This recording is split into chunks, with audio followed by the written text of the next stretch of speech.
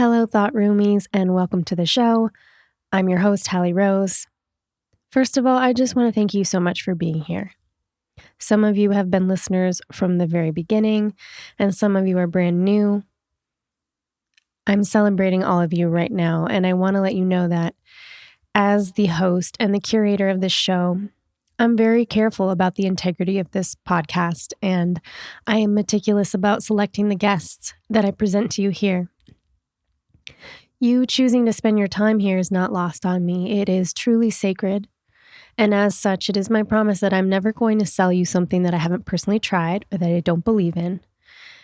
I would not dishonor or denigrate your trust in that way. I really respect you. And I know that we are voting for the kind of future that we want to see, both with our time that we spend consuming things and with our dollars. And if you have ever felt small, or if you've ever felt like your voice wasn't making an impact, I want to assure you that that's not the case. Because every minute that you spend consuming something like this podcast or musicians you enjoy, and every dollar that you use to purchase something is a ballot in the box of the kind of future you believe in and want to cultivate. This show, The Thought Room, is free, and it always will be. We put these messages out, this information out there because we believe in it. I believe in these thought leaders, and I understand the power and the impact that these conversations have, and their ability to plant seeds of thought, seeds of consciousness for a more thoughtful and loving, aware version of humanity. It's an ideal that I hold sacred, and a vision of the future I hold for our children and their children. In fact, this is some of what we will talk about today with my guest, Josh Trent. What's unique about this show is that all these interviews are done in person. You'd be hard-pressed to find many other shows in 2021 that insist upon in-person interviews. Why do I do this? People tell me it would be a lot easier to do remote interviews. Everyone's doing them electronically these days, so why don't I? Well, because I understand something that they don't. And it isn't about easy. It's about quality, and it's about intimacy. And for me, that intimacy happens when you're in the same room with someone and you look in their eyes and you're willing to hear their story and honor the sacredness of the human being in front of you and all their life experience. So if you dig that and you like the style of this show, please keep listening because we need you. If you'd like to donate to the show, we have ways you can do that in the show notes. Any support goes toward paying our awesome team. Shout out to Graham and Nick and Jacob, who make things look and sound pretty. Any support also allows me to travel, to go get the best interviews with the best guests. So more support means that we can put out more content. If you would like to start seeing the Thought Room every single week instead of bi-weekly, if you want to see us add video content in addition to audio, consider contributing to our community. If you own or have a connection to a conscious company that you think would be in excellent alignment with the Thought Room, hit us up. The information of how to link up with us is in our show notes of every single show and also on our website. And most importantly, if you enjoy this show, there is one thing that you can do to really help. And that is just to let us know. There's two ways you can do that. The first way is that you can write a review for the show on Apple Podcasts. We have a goal this month to reach 200 written reviews. If you write a review, you will be automatically entered to win a one-on-one coaching session with me. The winner will be selected at the end of April and will be announced on Instagram. Should you win, you and I will spend an hour together. You can ask me anything, and I will ask you what your biggest dreams are. And we'll help to identify what might be holding you back from leveling up and living a life filled with the things that your soul whispers about that you know are possible. This is my way of saying thank you for your support. We've made it super easy for you to leave a review. In fact, you can do it right now while you're listening to me talk, and you don't even have to miss a beat of this show. If you're on Apple already, you can search the Thought Room and scroll down to the purple letters at the bottom that say write a review. If you follow me on Instagram at Hallie_Rosebud, you can just as easily click the link in my bio. A screen will pop up where you can directly type in your review and hit save on Apple Podcasts. Or you can find the details on how to leave a review in the show notes of any one of our podcast episodes. So thank you in advance for supporting us, and make sure when you write your review, you leave your Instagram handle in the review or leave another way for us to contact you should you be selected as the winner. This episode has so many gems. And so if you hear something that moves you, that puts a pause in you, please share it with us. Take a screenshot, a video capture, or type a quote and tag me at Hallie_Rosebud and at Thought Room Podcast on Instagram. Today on the show, we have my new friend and epic human being, Josh Trent.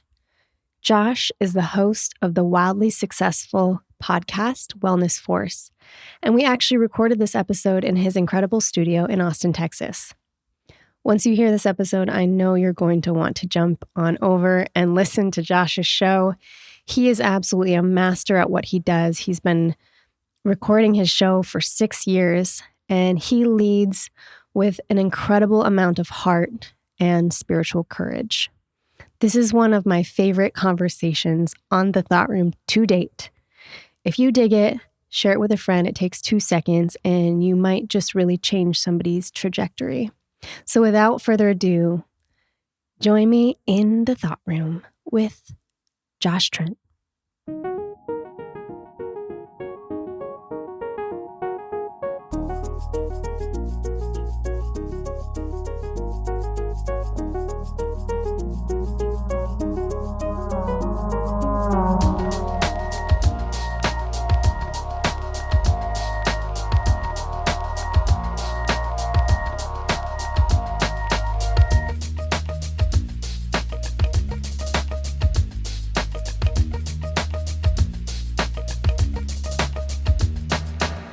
Josh Trent, welcome to the Thought Room. It's awesome to be in the Thought Room with you. I mean, technically, we're in the Wellness Force headquarters. We are. At the moment. But it's transformed into the Thought Room. Which, yes. There's lots of thoughts that go on here. So it is dope in here. I just have to say that. So if anyone wants to know what the room that we're in looks like right now, you're going to have to go watch some YouTube videos of Josh Trent's Wellness Force podcast, which, by the way, is epic. Thank you. You've been doing this 6 years. Yes, 6 years. 2015. Man, you're an OG. OGs are like 2011, but I'll take that. Thank you. I think you're an OG. I think you are. You've interviewed some incredibly fascinating people. Some that come to mind are, you've had Luke Story, you've had Aubrey Marcus, you've had Dave Asprey, you've had so many people. Do you have some guests in your mind that stick out as like some of your most powerful interviews? Like if someone was going to go watch or listen to your show today. I really love Dr. Teresa Larson. We did a podcast about her book and her story called Warrior. And it was about her overcoming her eating issues and being in the military and just the way she spoke about it. We actually put her in our intro for the podcast, and it's about loss. Like loss will happen. And so how we respond to loss is the determining factor of the quality of our life. So I love that one. The All Is God series with Paul Chek was really powerful as well. What are we doing here? What is God? Exploring how these terms of God and spirit have really been bastardized and abused. And then we have a show coming out with Hamilton Souther that's going to be really powerful about the dark and the light of plant medicine, which is a world that you play in quite a bit. So those are ones that are top of heart, top of mind. Sweet. Excellent. So everyone should go check those out. And back to this vibey room. There's like these cool lights bouncing off these geometrically shaped walls. And to back it up, how we actually got into this room together was that we met at a birthday party. like Charles about Clay. Charles Clay, who Yeah. was the last episode of this podcast. So everyone listening should also go check that out. Full circle. Full circle. Yeah. And we were discovering that, you were talking about other people we've intersected with, and how somebody, mutual friend, Justin Wren, who was also on this podcast, mentioned me to you last week. And it's so funny how we end up together. We're following the breadcrumbs. The cosmic breadcrumbs. As you say. Yes. Yes. They're all cosmic. Yes. It's like everything in life is spiritual. And people that tried to deny the spiritual aspect of life, good luck. How are we going to create any meaning if we don't have some connection to a higher power of some sort? I love this because I'm looking at even the books on your shelf. You're a very science-minded person in a lot of ways. And I'd love to hear more about your background, because I know you love to research things, and that's like a big part of your passion. But now I'm hearing you say this piece about being spiritual as well. I'm curious how the two of those are married for you, and what's kind of happened in your journey for you to come to that. Wow. Well, the mind, for me, has always kind of been at war with the heart. And so I guess the biggest breakthrough I had was about 4 years ago. I read this book by Hawkins. It's called Letting Go. And it just rocked my world. So everyone gets to go download that. I love it on Audible, because the way that the author speaks it, I think it was someone he hired, actually. It's so profound. David R. Hawkins. David right? R. Hawkins. Correct, and he talks about this space between the head and the heart. And it's exactly, what your question is like, how do we operate in this 3D world with an open heart, but also have a sharp mind? And for me, like, I grew up in an environment where there was like heart, but it was wounded. My mom was wounded. My dad was wounded. I therefore became wounded. So I had a dark contrast that I came into the world for, where my mom had manic bipolar.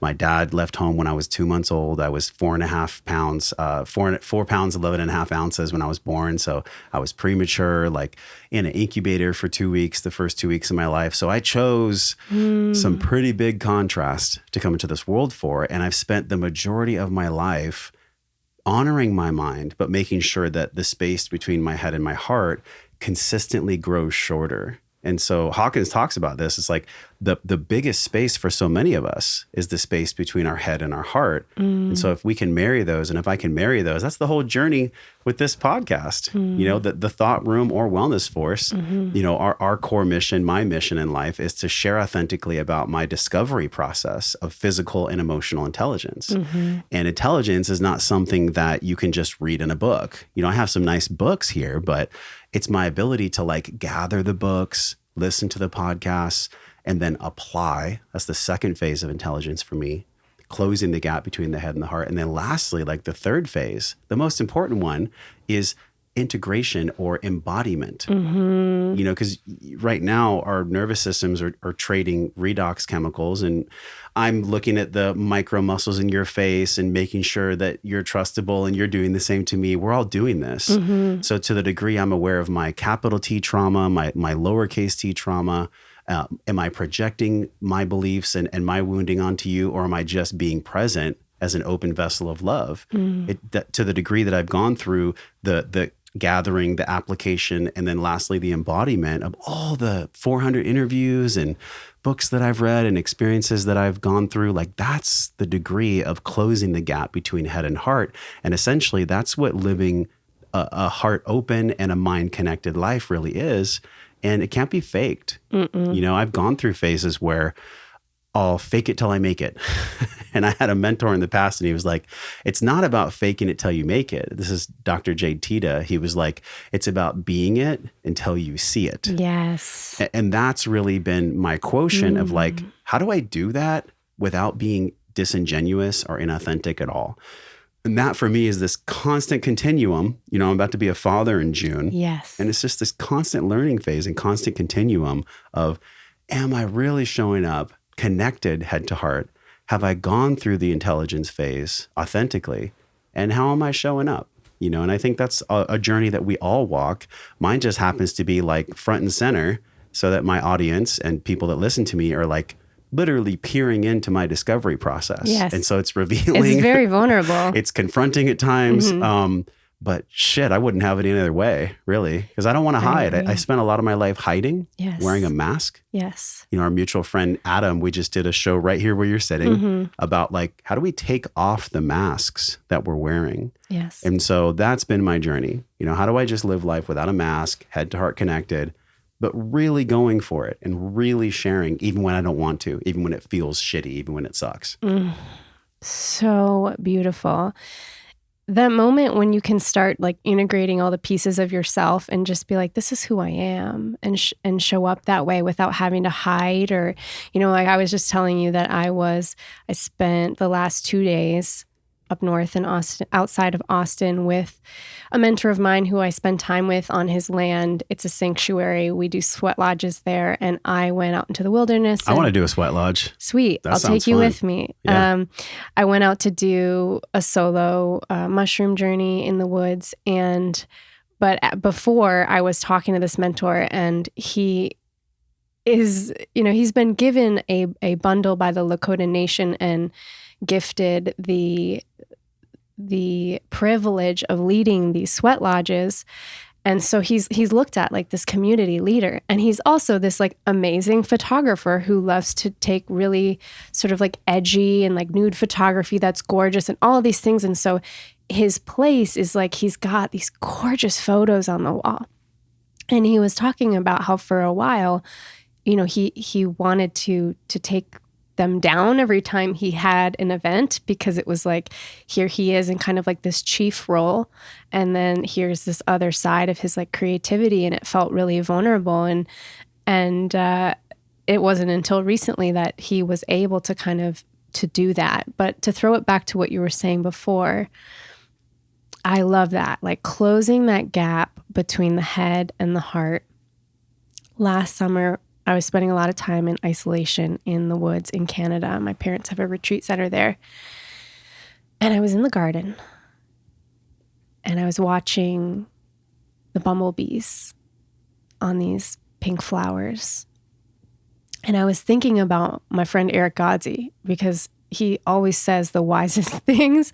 And I was thinking about the term knowledge bombs. Like, what does it mean to drop a knowledge bomb? And that was just kind of swirling around in my awareness. And then something struck me like lightning.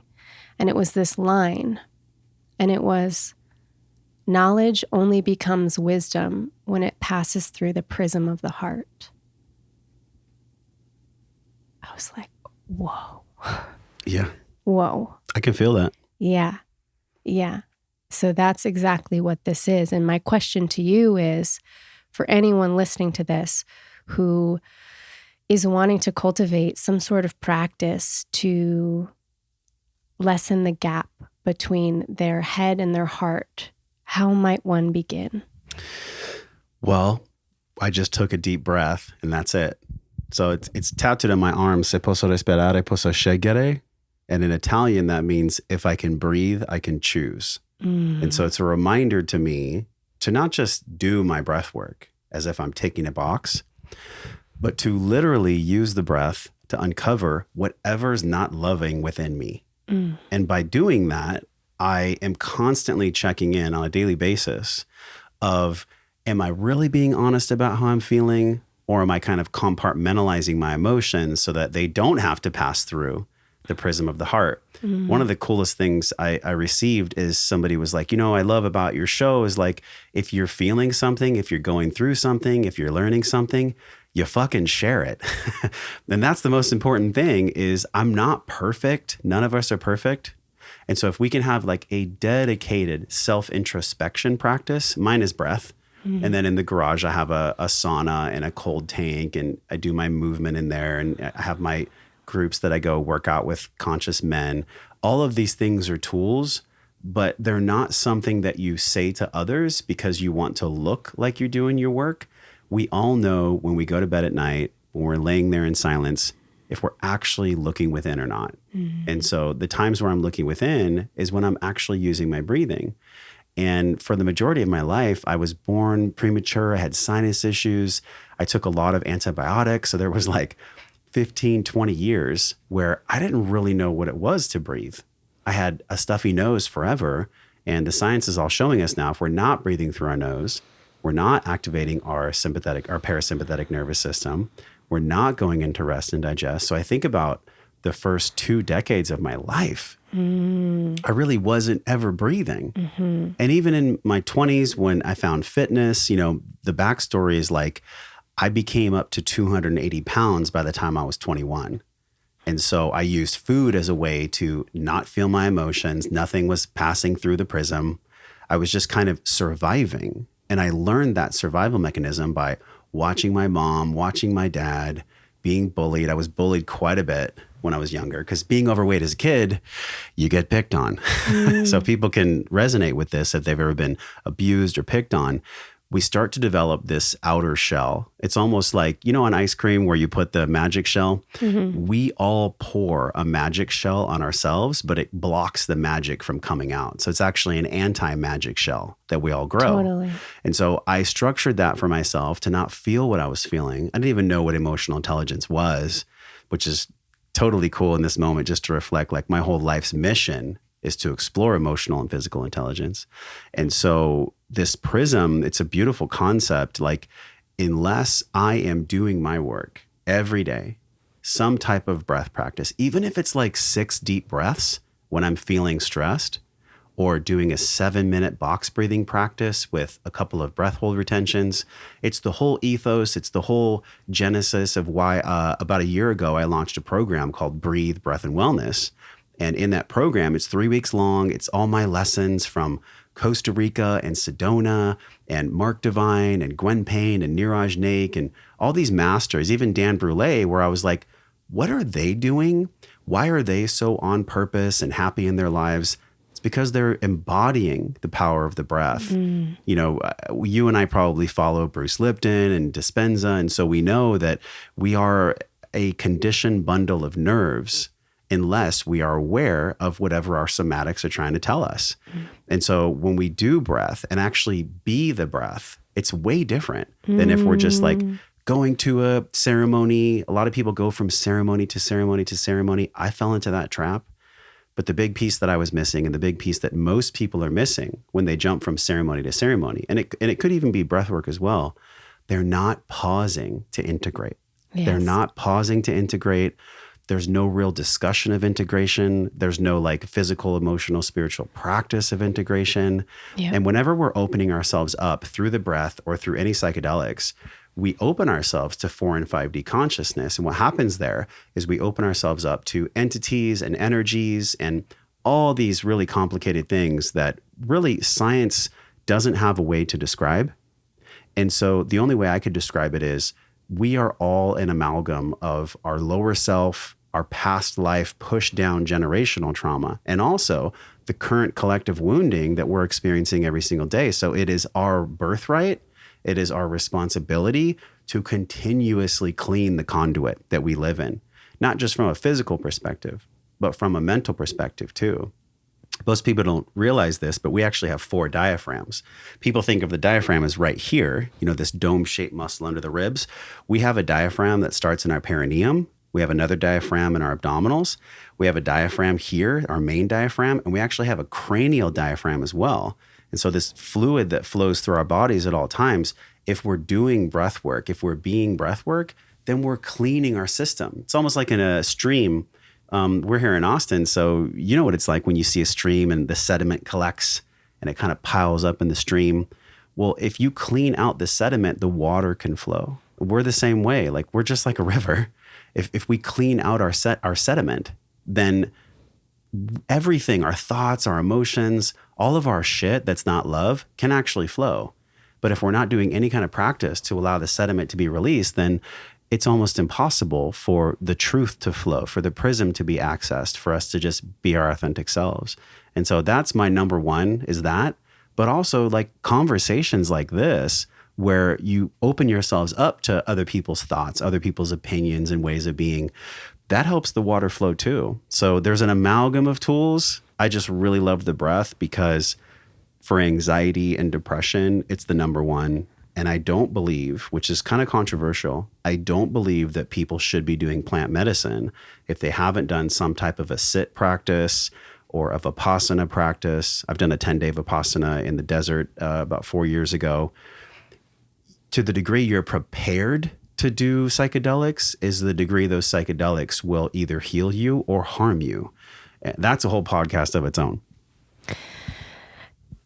People that are just listening to this couldn't see me right now, but I was nodding very emphatically to that last piece. And to add my personal sprinkling to that, I am so glad that I waited to do ayahuasca and even all psychedelics until I had a well-rooted meditative practice. For one, to sit for just that long physically, to sit for long periods of time. That's difficult if you haven't trained for that. And I was told before I went to drink the medicine to take it, to consume it sitting up and to stay sitting up for as long as I could. Because again, it was like about spinal alignment and the chakras and the ability to clear things out that way. And then using the cosmic orbit and like different circular breaths to do exactly what you were saying, is clearing out that energetic sediment and really engaging with it. Yes. Mm-hmm. Yeah, because if we don't have the knowledge of what to do, then I guess we become open to other thought forms, other energies, other things. And it's really about knowledge. Look, the reason why in the Bible, I'm not a religious man, but in the Bible, it's written, to those who have nothing, more will be taken. To those who have everything, more will be given. Now, what exactly is Spirit trying to communicate there?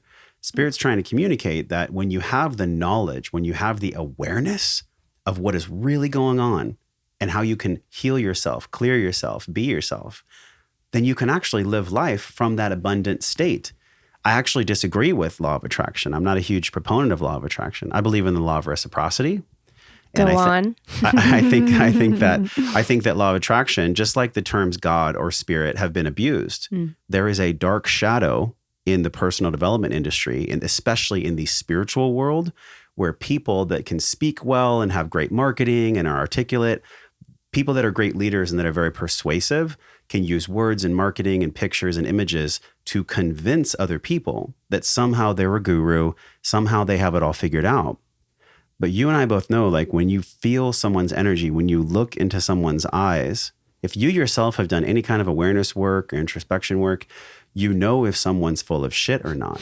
But people aren't doing that self-practice, self-introspection work. So they become victimized by, quote, gurus that are very good at speaking and marketing and things like this. So to circle around to this, yeah, it was perfect timing that you waited. And I waited as well. I was 34 years old before I did my first ceremony of any kind. Wow. I mean, I had played around with like mushrooms a couple times, but it wasn't sacred. It was more just like, let's have fun. We live in sacred times. So it's really important that we approach any kind of sacred medicine or practice with that kind of honoring, with that kind of love. Because if we don't, then unfortunately, the road to hell gets paved with more good intentions.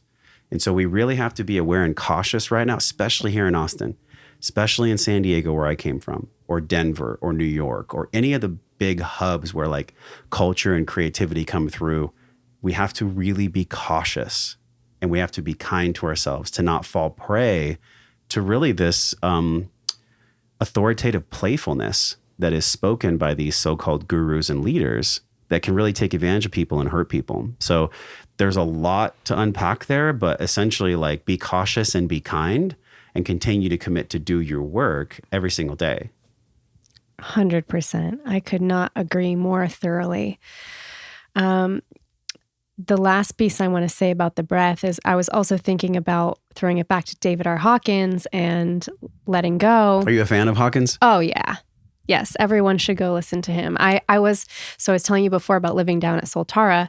I was actually listening to that audiobook while I was down there working with ayahuasca. Amazing. And it paired so well. And thinking about the breath, the dichotomy or the irony is, you go into ceremony and you don't really have control. So it really is about surrendering, right? But yet you do have control. And I found that the control for me is in the breath. And it's in oftentimes surrendering to the type of breath that your body wants to have in that moment. So you become aware, okay, maybe I'm breathing a little bit fast or I feel anxious. I've just become aware. You ask the question, how does my body want to breathe right now? And then you allow it. So you're both in control and not in control. Yeah. The one thing I'll say on that, there was a fourth night of ceremony that I did, and science and also anecdotal experience is showing us all that like the majority of DMT is produced in the lungs. So DMT is something that comes through our body naturally. It's found all over the world. It happens primarily at birth and death, but it also can happen in very long cathartic breathwork ceremonies. Yes. And this fourth night of ceremony 2 years ago, every time I would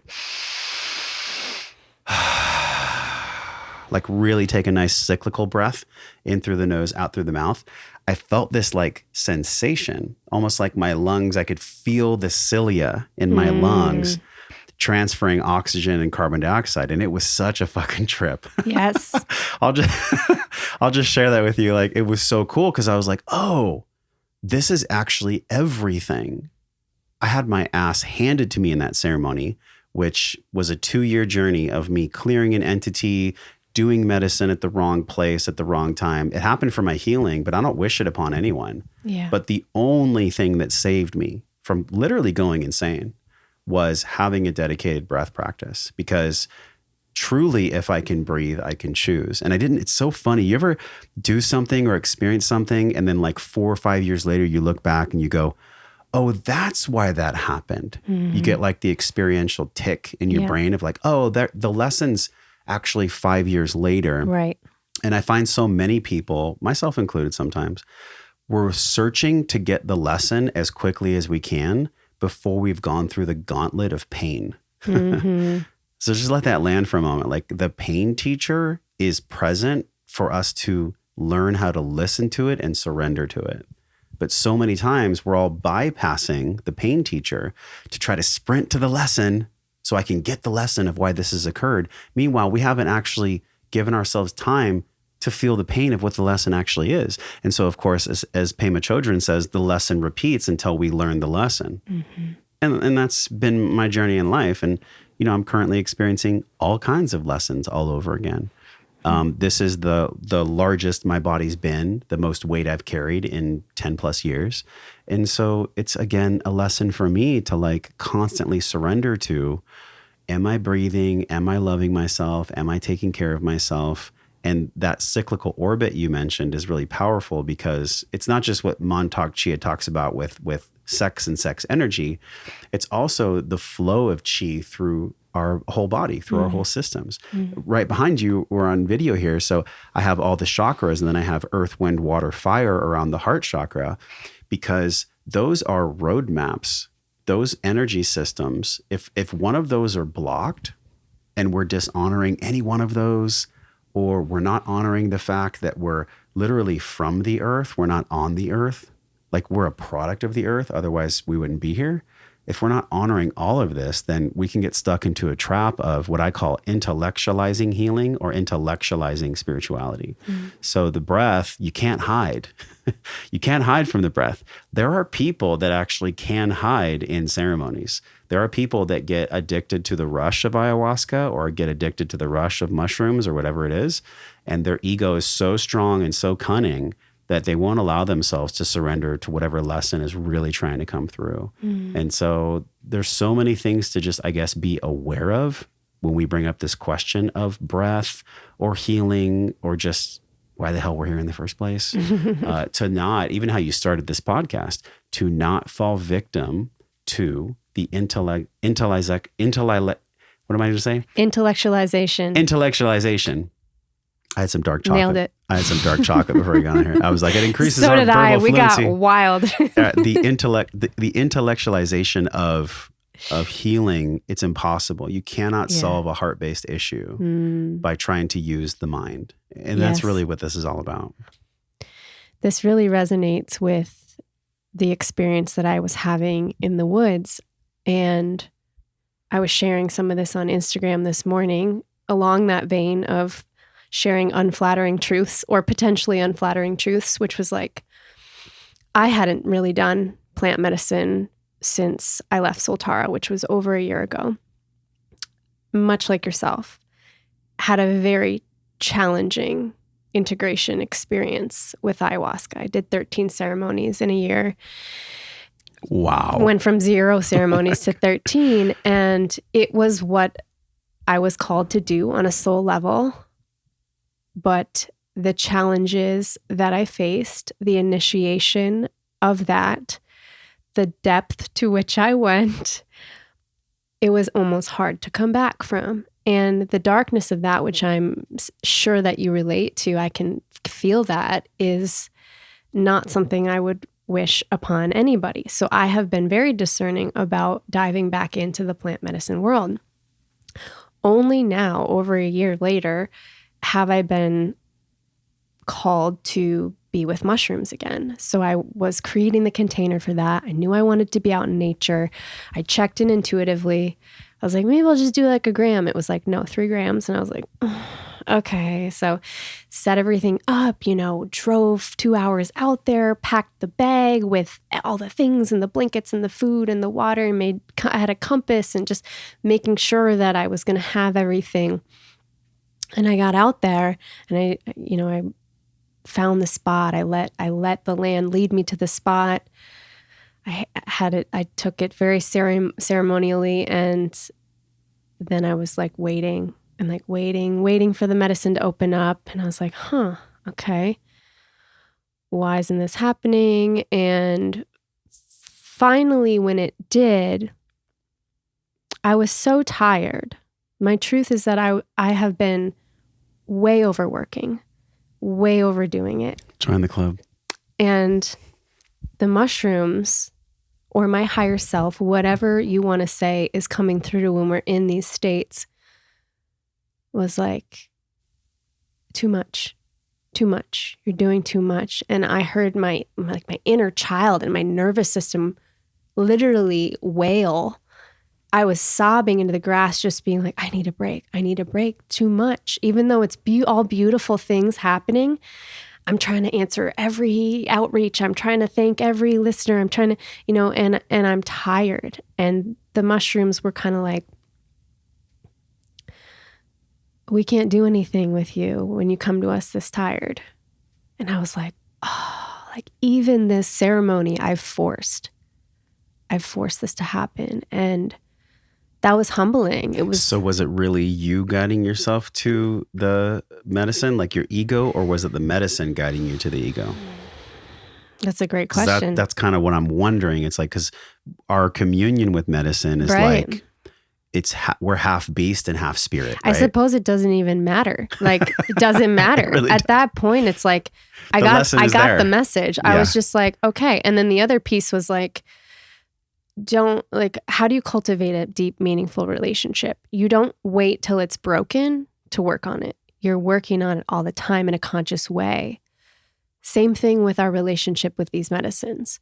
We don't just use them recreationally, and we don't just use them when we're feeling broken. It was like, come to us when things are going right. Like, that's where the real meat and potatoes is. And so I was like, okay, heard. And I really just had to grieve and release into the earth a lot of energy that I'd been carrying and picking up from overworking and from clients and from, all the things. And I was like, maybe this is it for today. I'm not going to have like big, crazy downloads and download my next offering right now, Humbling. Humility is the teacher for the most powerful masters in the world. Mm-hmm. I'm going to not phrase this correctly here, but it was something like that was written in the Tao with Lao Tzu. Yeah. And it was something like, the path to self-mastery is surrendering to humility. Yes. That's a really big one. So You're right. You don't really need to know, was it your ego that was driving you to the ceremony, or was it the medicine or spirit herself or consciousness herself? It was really like, who cares? Mm-hmm. Things happen for a reason. And I think, again, we try to intellectualize why things happen, how they happen, all this stuff, when really, like, the lesson is being with whatever is occurring in the present moment and listening to yourself at the level of consciousness you have and the level of self-introspection you have, to just be present with what is in the moment. We hear this a lot, being present in the current moment, staying focused, being non-attached.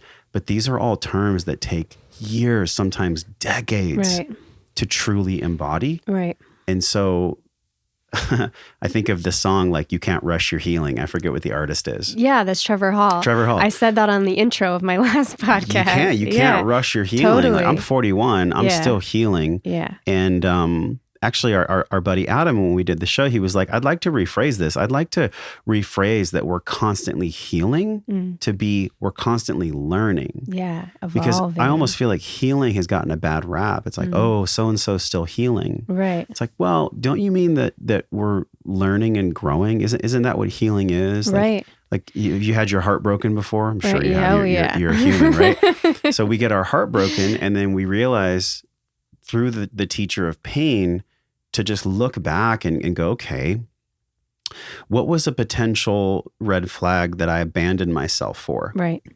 How did I abandon myself when it came to a man or a woman that I loved? And how can I not do that again? Like, how can I have, really what it is how do I have the courage to not abandon myself the next time that same kind of somatic experience or inner knowing comes around? That's the big one. And like, things will repeat until we have embodied the mastery to just say no. It's like that scene in The Matrix where Neo puts his hand up. He's in the hallway. Yes. And he's been fighting and it's been a struggle. And he just all of a sudden turns gently, puts his hand up, and the bullets just fall. Right. The boundary. because he decided, because right. he said so. Yeah. And so I've had, especially this past year, so many dark thoughts and so much darkness that I feel, not just within myself, but also in the collective. I mean, we're in the middle of a psychological warfare with this mask wearing and vaccines and control and trust your brother, the government, because you don't know best for yourself. I mean, it's been a really hard journey for me. Yeah. I mean, we moved out to Austin because of what was going on in California. It broke my fucking heart. If you would have told me that after 40 years in California, I'd come out to Austin, I would have said, you're crazy. Yeah. But something brought me out here. It could have been a combination of like my son, and it's better for business out here. And there's this rich community where we get to communicate and talk about real things. But we are all, myself included, making meaning of what is happening as we go. We're all figuring it out. No one's got it on lockdown. Even when we're in lockdown, we're still trying to figure out, okay, why are we allowing ourselves to be in lockdown? Right. So these lessons are going to continue. I think that our generation, I'm like 1 foot millennial and then 1 foot next generation. 1980 was the cutoff. So I'm like right there with you. You're cuspy. I'm cuspy. Yeah. So I'm like, I get your generation, and I also have a connection to my generation. Were you, when you grew up, do you remember a time where there wasn't cell phones and electronics? Okay. So you're in touch with that too. Yeah. But I do have a genuine concern. I have a genuine concern for what's happening in this world where people that are growing up, like my nephew, he's going to be 17. He has no idea what it's like to not be around an iPad or an iPhone or some kind of technology. And so what this is creating for all of us, especially that younger generation, is like there's an external locus of control. So no longer is it you going to the forest or us just being in nature or us just trusting ourselves. We're using all these devices and all this Internet of Things to somehow make us feel okay. And it's a big lie. We have to relearn what it's like to just be here without all these external locuses of control. We have to reimagine and reconnect with like, what is control anyways? Fucking illusion. There is no such thing as control. Right. You know, my lady is about to birth our child, and I'm like, we're not in control. Right. We can't control birth. All we can do is pray and set intentions. We can't control a ceremony. Right. All you can do is pray and set intentions. And the real work comes with like, how do we respond to it?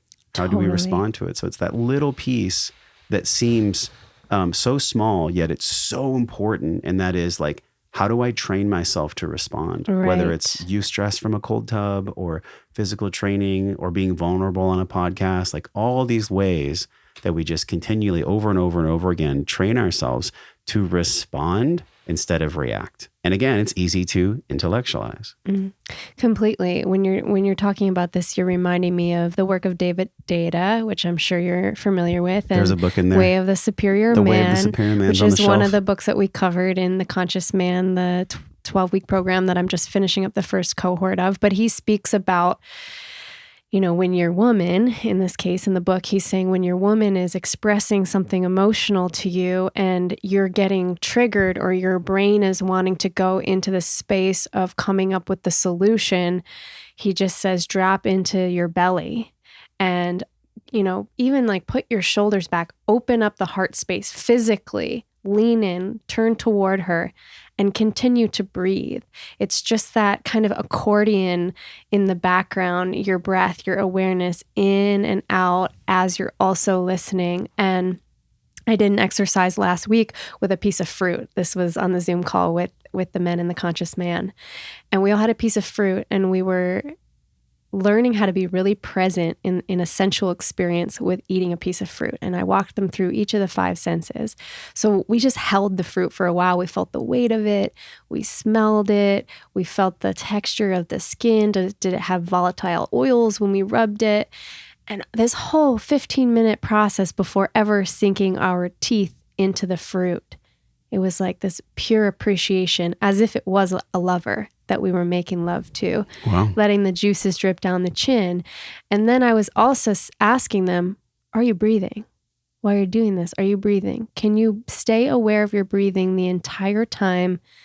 When we're taking a bite, we still can breathe in and out of the nose. This is what's so miraculous about the human body, right? This is why it's so uncomfortable when you are stuffed up and you can't take a drink of water, you can't breathe. And I was asking them, while you're eating, can you still breathe? While you are kissing, are you breathing? You don't have to stop kissing to breathe. You don't have to stop making love when you breathe. Be aware while you're breathing or while you're doing these things. Be aware while you're showering, while you're driving. Am I breathing?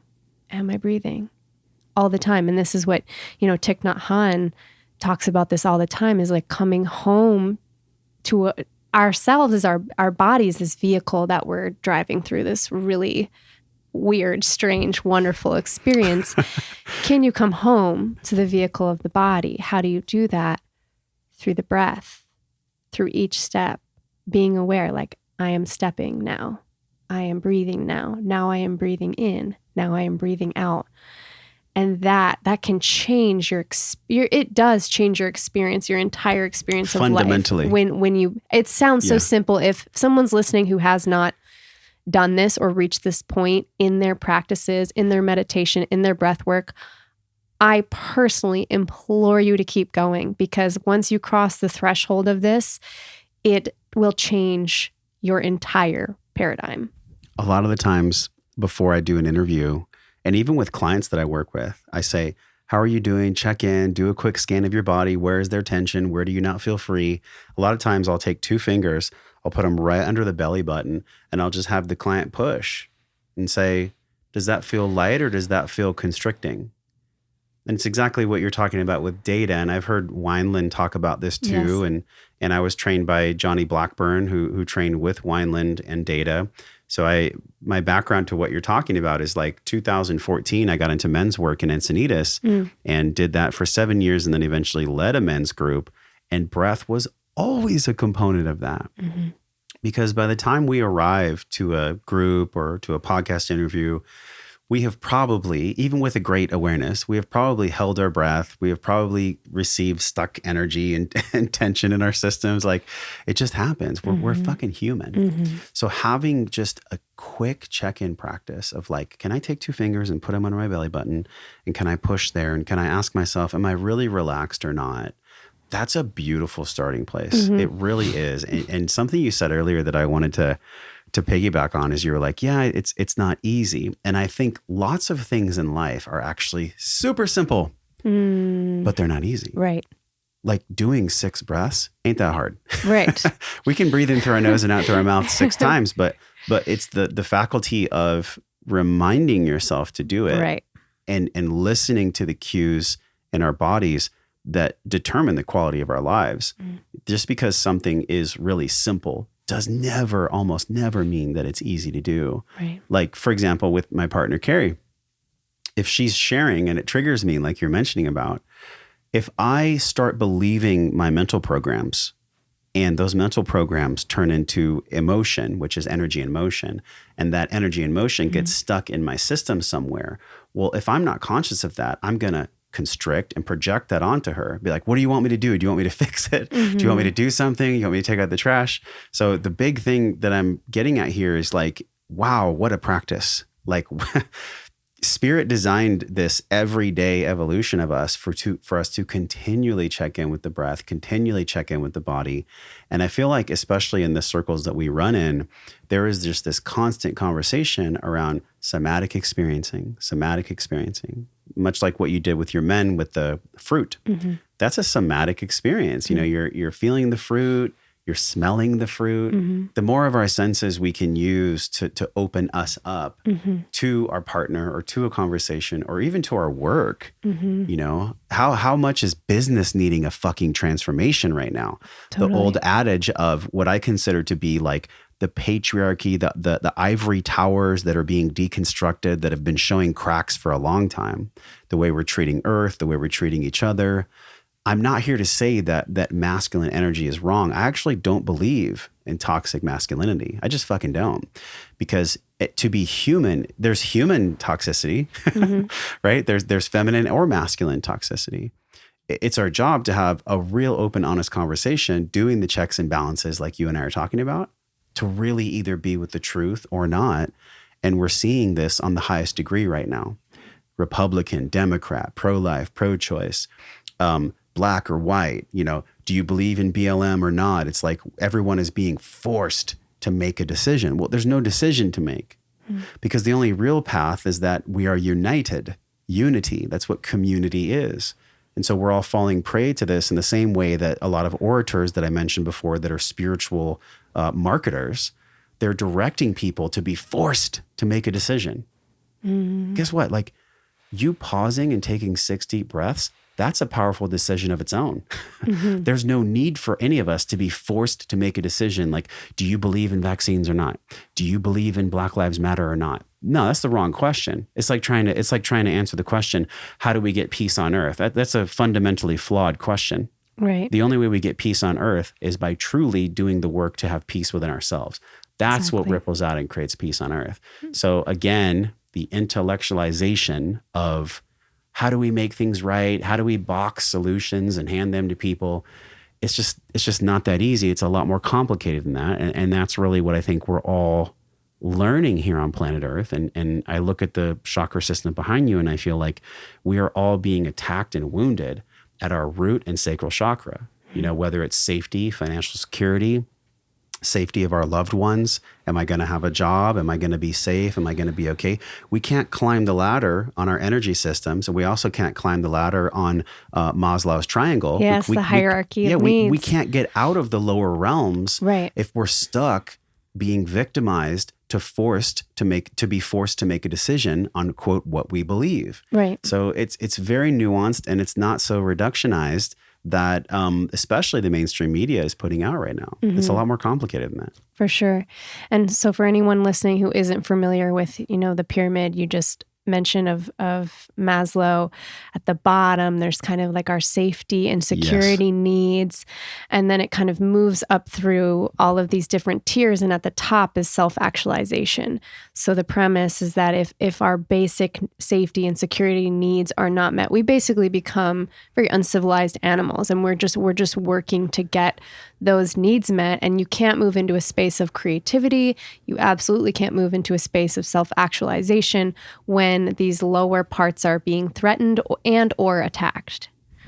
This is, and I don't want to go too hardcore conspiracy here, because I think we are in the middle of a conspiracy, but conspiracy theory is theory. It means that you are trying to prove a theorem. You're trying to prove by gathering evidence that a theory is correct. We don't need to prove that we're in a conspiracy. We're just in one.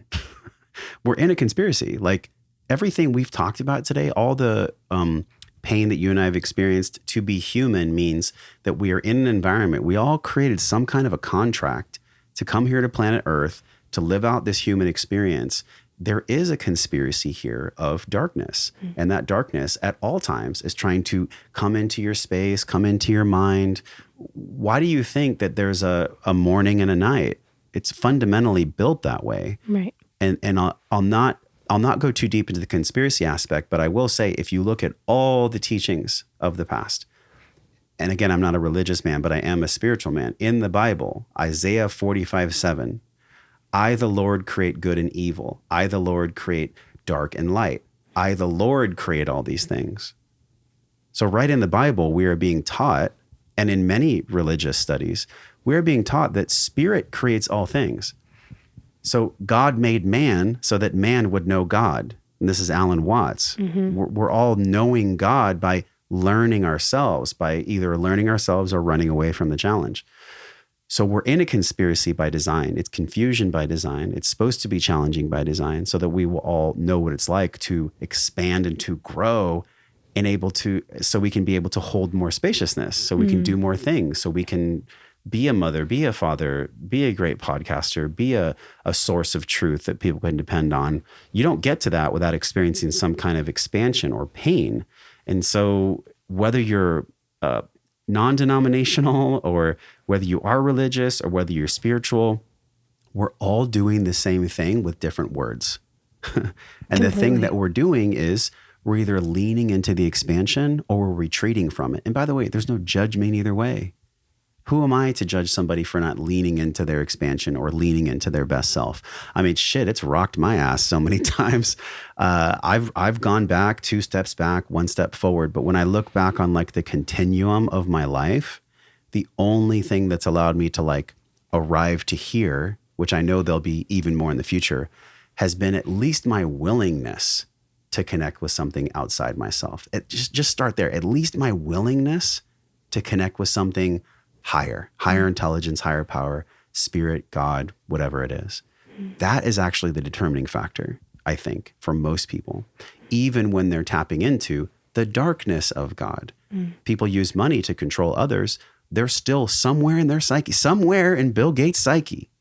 He is thinking, oh, I'm helping people. I'm going to block the sun. Have you seen this? He's going to try to block the sun now. I've not seen this. And try to like block the sun from heating up the earth. It's like our egotism as a society, our complete asinine approach and our hubris and our massive, ever expanding ego is blocking the power of God, blocking the power of Mother Earth, and thinking that somehow we know better. Like, can you believe this? That somehow we know better than the birds and the trees and the flowers and the sky and the river. I'm doing a 10-day vision quest for my 41st birthday. And in this vision quest, I'm not going to lie, I'm pretty fucking scared. I've never been in nature with no food for 5 days. I have no idea what's going to happen there. But you know what? I'm open to it. I'm open to receiving whatever I'm supposed to get, because there has been a lot of shakeup in my life. And the reality is it's been quite emotional. I've gone through in the past year more depth, more pain. I've cried more in the past year. I've processed more in the past year. I've gone through more in the past year than I would say I ever have. It's been super concentrated right now. And the only thing that I can have solace in as to why this is occurring is that I'm being prepared for something bigger. I'm being prepared to hold a bigger space. I'm being prepared to calmly, confidently hold a space where even more people across the world can trust my guidance. But I can't be trustworthy in my guidance if I myself haven't been humble to whatever pain or whatever lessons or whatever things that are coming my way that I'm experiencing. I can't be authentic unless I've gone through the gauntlet. And so all of us need to take our breaths, turn towards spirit in some way. And I don't have the perfect answer. I do not have the perfect answer. But we all need to turn towards spirit in some way and just fucking surrender. Use the tools we have to just surrender to what is going on and not become a victim of our mind. I do believe that I mentioned it before, we are half beast, half spirit. So it's beautiful to have science. Like, I love science and I love proof and I love biology, but all of this is completely trumped by the universal wisdom of spirit. And by spirit, I just mean that thing that we all know is there, that we don't exactly know what it is, but the more we trust it, the easier our life gets. That's what I'm talking about. So powerful. So powerful. I'm going back to the pieces about the darkness and the light. And in the spiritual community, I have seen sort of a gross oversimplification with the good vibes only sort of approach to life where all is light, right? And I viscerally don't agree that that's the case. It's not real. And so there's nuance here that I want to get into. How does one live in the integration of darkness and light and yet not live it from a place of the fear of the darkness, right? So there's an awareness that there perhaps are dark forces at play, which are really just energies that have maybe lost their way, or, human beings that are just on a journey. Like you said before, Bill Gates, he believes this is his mission, and he wholeheartedly believes that this is his mission. I believe that every single one of us is doing the best that we can with the tools that we have. I don't really think anybody's out there to hurt others. We're just acting out of the projection of our own hurt onto others from how we've been wounded. It's very complicated, but it's also very simple. So how do we take this knowledge that there is duality in this life? If we want to be leaders, if we want to be embodiment of love and light, how do we not live a life in fear, but also not have the wool pulled over our eyes? Start with the awareness that all the thoughts we think, all the emotions that we experience, all the things that we go through in this world is like temporary. That's the one thing I'll say to begin this. Everything we experience, from a thought, from a feeling, they're all programs. A mentor and a business partner of mine, Rachel Fiore, the mastersofself.com, she taught me this concept of programs. So we all come into this world really a clean slate, right? When we're born, I'll go breath and I'll go esoteric. When we're born, if you cover a baby's nose, if you plug a baby's nose, the baby will start to choke. Now, why is that? Why does a baby start to choke if you cover his or her nose? It's because we are all taught to breathe through our nose by spirit. We're designed that way. We're not mouth breathers. We naturally, like right now, your mouth is closed, you're breathing through your nose. When I hear you speak to me, I close my mouth, I breathe through my nose because it grounds me. That's how we're designed. So we forget about that when we experience trauma. For most people, it's 7 or below. We get traumatized in some way, and we learn to breathe through our mouth because it allows us to feel safer. It's our stress response. This same thing happens to what you're talking about when we start to experience the darkness. Like, darkness comes in and it starts to infiltrate our thoughts. For some people, it's OCD. I'll share with you, when I had the ayahuasca ceremony almost 2 years ago now, I had thoughts coming in for over 6 months and they would not go away. They just would not go away. And so I got the gift of being healed by a mentor and a friend of mine, Paul Chek, and he taught me this prayer, and it's really powerful. And I would love to share this because it's exactly what you're talking about. For anyone that is experiencing looping thoughts, and by the way, I'm not a psychologist, this isn't medical advice, but for anybody that is experiencing continuous negative thoughts where you feel like you're being kind of pulled into the abyss, almost like a octopus is grabbing you by the foot when you're about to get air, this is really the prayer for all of us. And that is, what are you here to teach me? You physically turn to your thoughts and you close your eyes and you ask the thought, I don't want to get rid of you. What are you here to teach me? What am I here to learn? And you just wait. What are you here to teach me? What am I here to learn? And if you have a dedicated practice, if you're still enough, something will come through. Now, here's the thing. This is the big point. If nothing comes through, then that is a choice point for you to summon your courage, breathe in through your nose, and tell this thought form, because really what a thought form is it's an entity, it's an energetic system. Dr. Vernon Wolf from holodynamics calls them past life. They're connected to ventricles. He calls them some type of specific thought form, and I'm blanking on the name, but everyone has a description for what these are. So you turn to it and you say, what are you here to teach me? What am I here to learn? You pause. And then if it's not true, you summon your courage and you say, by the power of God invested in me, I ask you to leave. You are not allowed in my inner sanctum, and I send you love for the journey. And that's it. By the power of God invested in me, I ask you to leave. And you say it with courage. And when you say it with courage, that thought form isn't receiving hatred, isn't receiving anything other than love, because that's what all thought forms want. They just want to be set free. What feeds negativity is our resistance to it. What feeds dark thoughts and dark energy is our continued resistance and anger and wanting it to leave. You could fractalize that and say in inner child work, if you are angry at the child for the child expressing hurt through your system, maybe you're about to go on stage and you don't love yourself enough or you don't believe in yourself enough, the worst thing you could ever do is turn to the child inside of you or turn to the dark thought form that's coming to you and say, get the fuck out of here. I don't want anything to do with you.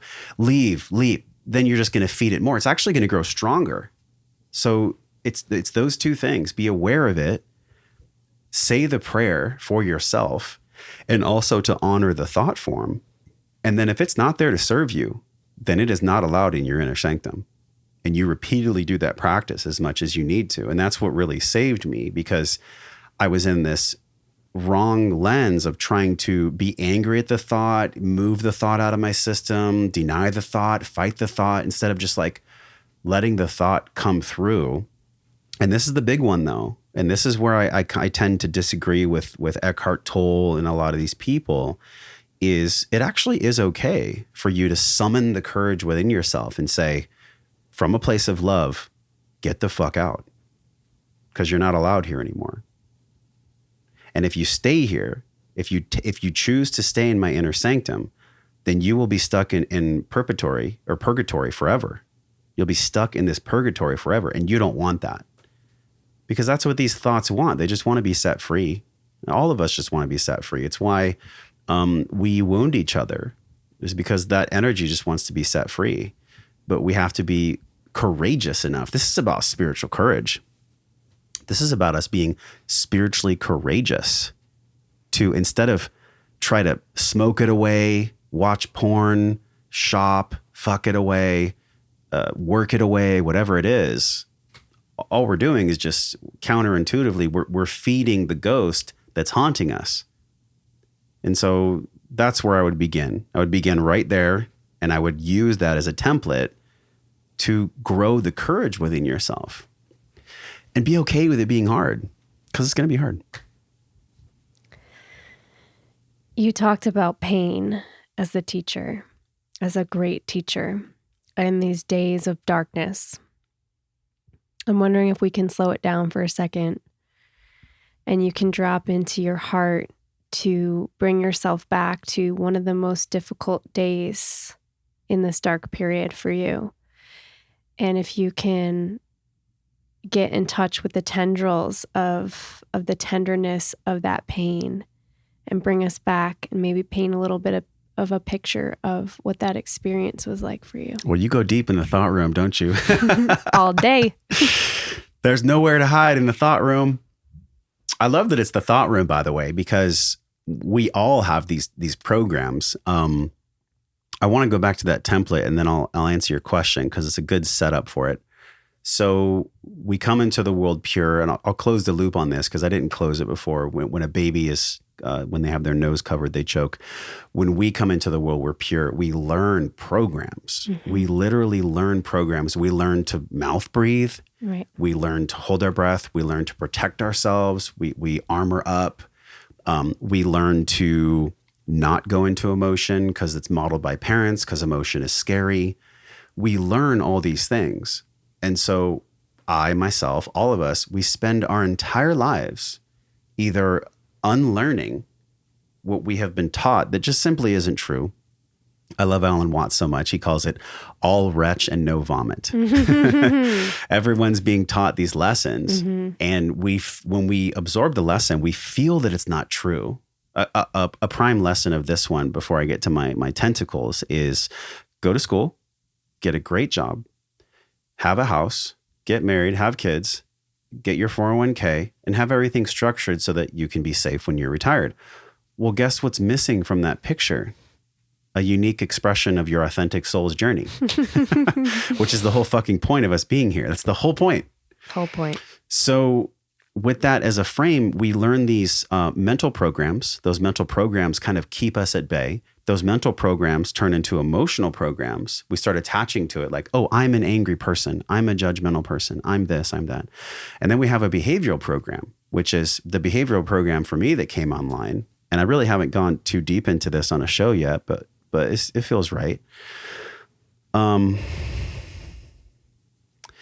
25 years, pornography ruled my life. Like literally just ruled my life. Like anytime I was about to go further in my business or have deeper connection with a woman or have greater community, anytime I would reach what Gay Hendricks calls like the upper limit, the glass ceiling, I would use porn so that I could retreat to a lower self place of safety. And I have had to do so much work to forgive this younger version of Josh, to really connect with him and to understand him and what he wanted. And so part of what happened with this last psychedelic ceremony that just rocked me to the core of my being was I literally had to experience every single scene I had ever watched on a computer, on my phone. This is a whole nother topic. Pornography is, we are literally lab rats inside of an experience that is trying to bastardize and delegitimize the sacred sex and the sacred sex energy that God brought to us on this earth.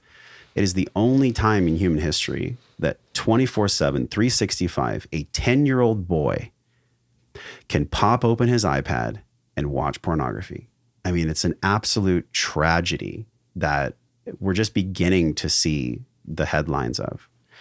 So that was my story, 13 years old to like 37 years old, really just like lots and lots of porn. And so the reason I was drawn to that is because when I was young, my mom's illness, my dad not being there, me not having emotional intelligence, I just needed a place to feel safe. It actually wasn't about coming. It was about me feeling safe in my own body. And so, as you know, like there's a very cathartic release that happens when you orgasm. And so my nervous system took that as being safe. And so anyways, in this ceremony, I had to witness every disgusting scene I had ever seen. And I had to take ownership of it. And it was fucking confronting, to say the very least. And that's what a lot of those OCD thoughts were. Because I watched some things that just simply weren't who I was. But I was doing what Gabor Mate talks about so eloquently, and that is I was feeding the hungry ghost. Yes. The hungry ghost was hungry for connection, hungry for peace, hungry for feeling at home in my physical body. And I just didn't know how to do that.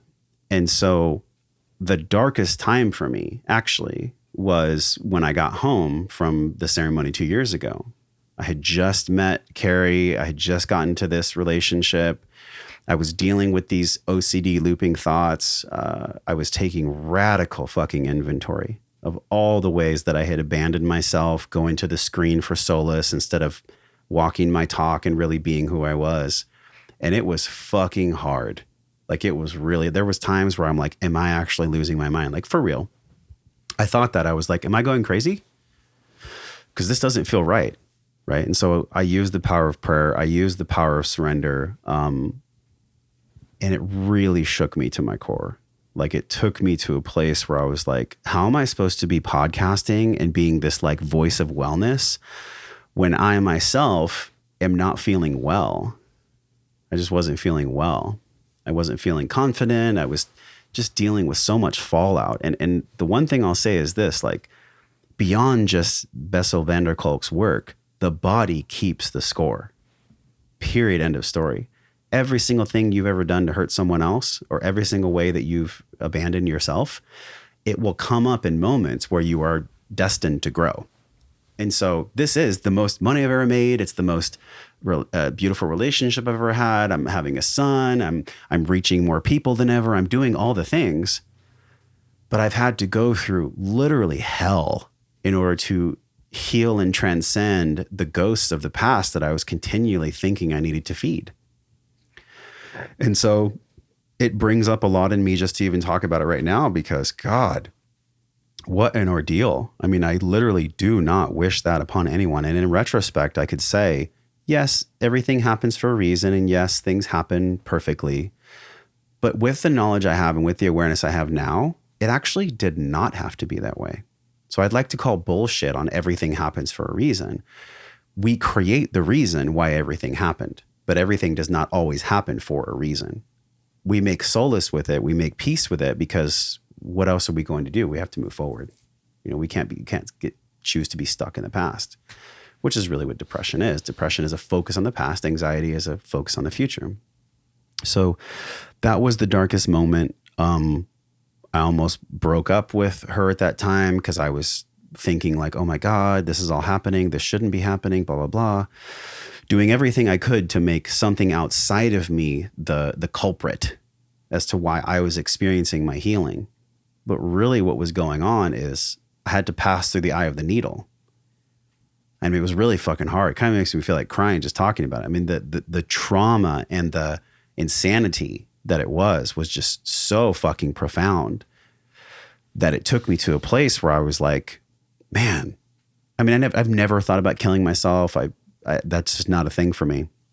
But it definitely took me to a place where I was like, I don't know if I really want to be here if life is like this. Like, take me somewhere else. Like, just kill me, God. Really? Like, just kill me then. Because I don't want to do this. This isn't what I signed up for. So one of the most beautiful things that came from this was my son's middle name. So his name is Nova, which is the supernova, which is the brightest light in the universe. It bursts bright and then it dies, like we all do. And then his middle name is Morrow, and it was my grandfather's first name. And so it's this honoring of myself being 100% committed to always looking within and to doing everything I possibly can to not project any of my unhealed wounds onto my son. And so Morrow is an honoring of the past, and it's giving him permission to have a future that is free from my own projection. So I'm not here to demonize my grandfather or demonize my father, but they came from a world where women acted this way, men do this, and you get about two emotions, and it's either frustration or force. And so how fucking ironic is it that I have a podcast called Wellness Force, where really it's about power, which is also Hawkins' work, right? Power versus force. So true power comes from being able to know when to apply the force and when to let it go. And both of these men, and I give them credit because they both went through their own hero's journey and their own challenges. But I am the chosen one. I don't say that from like a high and mighty place. Like, I'm the chosen one because the projections, the bullshit, and all the generational trauma and masculine wounding, all that fucking shit stops with me. Like, it stops right here. So whatever I need to go through, however many times the pain teacher needs to come around, whatever I need to go through, all the things that have been handed down to me as subconscious, hurtful gifts from my grandfather, my father, my great-greats, all my relatives that came over from Sicily, all the relatives that came over from England, it stops here. It stops now because I say so, because that's my choice. And so even if I'm still learning when I'm 80, I mean, I hope not, but I don't know, right? Like, no matter what I have to do, like, I will not allow that all retch and no vomit to occur anymore. And so that's the gift of the tentacle. That's the gift of the darkness. And that's why it's so challenging, because on the other side of the challenge, there's so much love. There's so much bliss. There's so much goodness. But we all have to be willing to like truly look at that and be honest about it. Because if we're not being honest, then we're wasting time. We're wasting time if we're not being honest. So we have to choose to be honest at all times. And also, if you don't choose to be honest, there's no judgment either, because being honest is really fucking hard. So that's the gift of the tentacle. When you said the piece about it ends with me, I had the hairs on my arms stand up, because yesterday in my ceremony, I said those exact words, and I was having this experience of laying belly down on the earth, just literally grasping her, wailing my grief into the earth that some of it didn't even feel like mine. But from within me, there was this deep longing for motherhood that I'd never experienced before. And I understood in this moment, in a way that I can't describe, that I was allowing the suffering of women and of previous generations of women in my lineage who were unable to bear children for some reason or another, or just had this existential longing for motherhood. And I understood that although it wasn't mine, I was choosing to alchemize it for them because they couldn't. And I understand that what we're doing here, you and I, and the work that we're choosing to do, and the work that you're doing personally for your son, we are playing the long game here in human expansion, evolution, and consciousness. And I think this cannot be underscored enough. When we do this healing work, we are changing the coding of our DNA, and we are changing what will be passed down for future generations. Of course, yes, there's the piece of tabula rasa, which you mentioned before, the blank slate and the children coming in, and the nurture part of it. But the nature part of it, our DNA, we are changing this through epigenetics and through this self-healing work that we're doing. And I saw the power of that yesterday, and I cannot believe that you brought up that line, because I think obviously that message really wants to be shared here for anyone listening. It's funny, I just started dating somebody new and had this experience of, we were talking about he's had a vasectomy. And, of course, it's like a long time down the road if we were going to have children, that's a discussion. But he said, don't worry, I've had my sperm frozen when I was in my 30s. And I had this moment when he said that to me. Something just said, he's not the same man that he was in his 30s. Oh he's 11 years older than that now. His sperm's not the same. His DNA's not the same. And so I was like, this is going to have to be a conversation. You're going to have to get that reversed. But, it was this, what we're talking about here. Yeah. Wow. That's powerful. So it's a big topic, but it's the time in utero. And this is to reflect on my own life story too, is my mom was struggling with her mental health when I was in her womb. And someone that I had on the show that's just incredibly powerful, it's Mark Wolin. And he wrote a book called It Didn't Start With You. And it was around generational trauma. And he said that through his research and through science, this isn't just spiritual babble, through real scientific research, they know that when a mother comes into the world from a grandmother, that she already has all the eggs inside of her that will birth her child. So just consider that for a moment. Yes. If it goes back that deep to where when my grandmother birthed my mother, the seed of my life was already inside of her. Just pause on that for a moment, hit that speed bump of awareness. So think about this then. If that's true, and we know science proves that to be true, how is it also incredibly profoundly true that whatever kind of thoughts the mother is experiencing, whatever stress the mother is experiencing, this is why it's like, I really do feel profound about this, because right now I'm supporting my partner so that she can be at peace and she doesn't have to have stress and going to some job she hates and having all these tentacles that are trying to just basically already alter the epigenetics of this unborn child.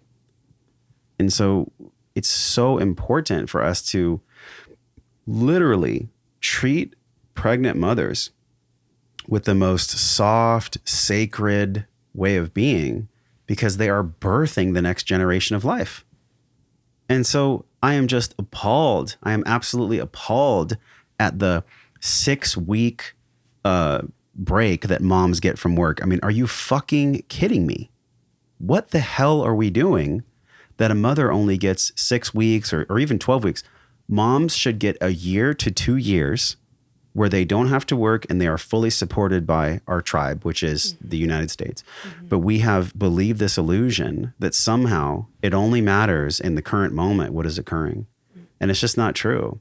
I think about this gentleman that you mentioned, like, 11 years ago, his sperm, whatever codes were in there, those are the codes that are going to come through. Hopefully he's a lot more conscious now, 11 years later, right?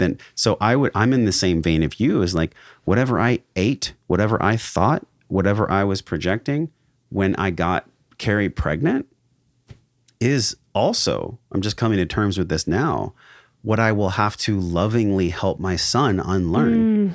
Wow.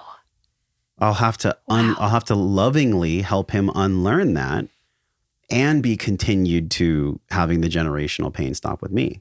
Right. By first loving it in yourself, because we cannot be that mirror for another to heal unless we can love that part of ourselves and bring it home. 100%. Josh, Trent, this has been one of my favorite interviews. I want to ask you if there's anything else that is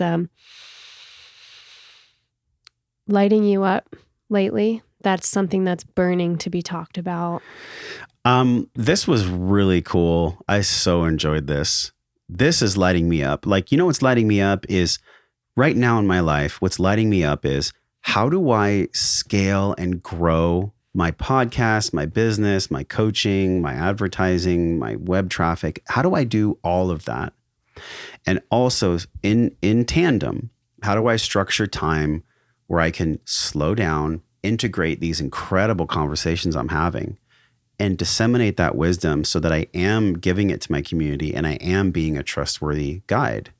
That's what's lighting me up right now, is with the monstrosity of things that are coming at me. I mean, I couldn't even begin to tell you the amount of people that want my time, or emails to respond to, or projects that are past deadline.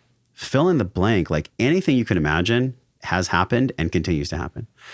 So what really lights me up is trusting that if I just choose to breathe and connect with God as much as I possibly can, then all the answers are there. That's what's lighting me up the most, is my connection to God, deepening my connection to God, understanding what God is, so that I can live my life well. In the center of physical and emotional intelligence, there's this nexus point, right? And that nexus point is actually spiritual. So if I were to go back and reframe our manifesto or our mantra for the company, I would say discovering physical and spiritual and emotional intelligence. But if you dive enough into physical or emotional, you will eventually find spiritual anyways. So it goes without saying. So that's what's lighting me up the most, is like, I'm truly excited about being the safe space for my woman, my community, my podcast, and being a real guide, being a true teacher, where I've taken the loving time to integrate all these lessons from my weekly guests and put them into a spaciousness where people can really learn from it. They can get the Reader's Digest, they can get the gems and the gold, and they can soak it in and integrate it. And then they can go out and be inspired in their actions so that they're really integrating. The journey I talked about in the beginning, right? We gather, we apply, we embody. So I'm really excited about applying an embodiment. I've done so much gathering. It's like, I don't feel like I need to gather anymore, really. I feel like I've gathered so much that my basket is fucking overflowing. So really what it is I'm most excited about, and what lights me up the most is, what is the next phase of Wellness Force? And what does that look like for me to really serve my community from a place of me taking loving ownership of the wisdom I'm receiving and giving it to them without being clouded by my wounding? That's a big one. And that's for all of us. Like, how do I take the wisdom that I have, and how do I give my wisdom without it being clouded by the wounding? That's the big one. That's the journey. That's, I think, what's next. That's what's most top of heart. For people who are listening, who are really resonating with you, your voice, your message, can you talk about where they can find you on social media, where your offerings are, and how they can locate your podcast? Just go to wellnessforce.com and it's /M21 for Morning 21. It's a free guide that I made. It's a synthesis of 6 what I believe to be really potent practices that you can do. One of them is breath. There's a 3-minute guided breathwork practice in there. So wellnessforce.com /M21. That's how you can enter our world. And then once you sign up for that guide, then you'll get some emails from me that'll guide you more on your journey. And then from there, we have the Breathe, Breath, and Wellness program. And there's a weekly podcast. And we are building out this, I'm in the iteration phase of building out this like really beautiful, safe space of community where there can be this deep learning, deep embodiment, rather than people just listen to podcasts. It's like, what do they do? My prayer, my hope that from the thought room that someone has journaled from this. You know, I'd like to leave with this one last powerful exercise. Like, yeah, go do the M21 and take care of that. But this one practice is the emotional inventory. Take stock of everything that we've talked about today. Draw a line on a piece of paper. On the left side of the piece of paper, just write 10 things that you know are causing you the most pain. Just do it. What's causing you the most pain in your life? Then on the right side of the line, write 10 things that you are like truly most grateful for. Not just like, oh yeah, I'm kind of grateful for the trees. Like really sit with it and write 10 things you're grateful for. Then be honest with yourself. Circle the one on the left that you know is causing you the most pain. Then circle the one on the right that you know is causing you the most gratitude. And then this is the act of courage that we talked about, the spiritual courage. Call a friend, reach out to a friend, write Haley, like write someone and just say, I'm committed to letting go of this one thing that I took the emotional inventory of to really let go of. And I'm doing it because I'm most grateful for this one other thing. So my gratitude is the fuel that's going to get me through the challenge of letting go of the thing that's causing me the most pain. And then the bridge between that is, what is your community? What is your accountability? How can you build a structure, and how can you fortify and build a scaffolding around your choice that you've made? Because when you can really lean into that and have the scaffolding and have the community, you will become a different version of yourself. And when you become a different version of yourself, then you truly become what you want the world to be. We can't have peace outside. We have to do this piece within ourselves, and it starts with an inventory of whatever is real. So that's a process that I talk about in my work and we talk about on the show a lot. So I want people to really do that. You know, I challenge everyone to have the courage to do that exercise and maybe post it on social or share with us what it is. But that's a big one. And I think that we can just leave people right there. It's been a joy. I mean, I really didn't know about you too much or your show, and you hold such a great space. You ask such great questions. You didn't even look at your notes once. And so, you know, I'm inspired to share your work and put more of you out in the world, because it's this conscious inquiry that we all need so much. And the fact that people have shared this time with us, it's like, whew, really honor them for just sharing their time with us too. So thanks. Completely. Thank you so, so much. This has been really fun, really fascinating, and I think we should do more. Let's do it. Yeah, for sure. And last thing, where can people find you on Instagram? Because I know you're on there as well. Oh, yes. Trent_SD is my personal. And then @WellnessForce is the main brand. That's our page. I also have another brand for people that are interested. It's Civilized Caveman. And Civilized Caveman is like if you want to eat healthier and paleo recipes and things like that. So, but Trent_SD or Wellness Force. Sweet. Thank you so much. There were so many gems in this interview, and I hope people listening really enjoyed it. And if anyone has a gem from this interview that they want to share with us, they can tag on Instagram, and we would love to hear from you. Thanks again. Thank you.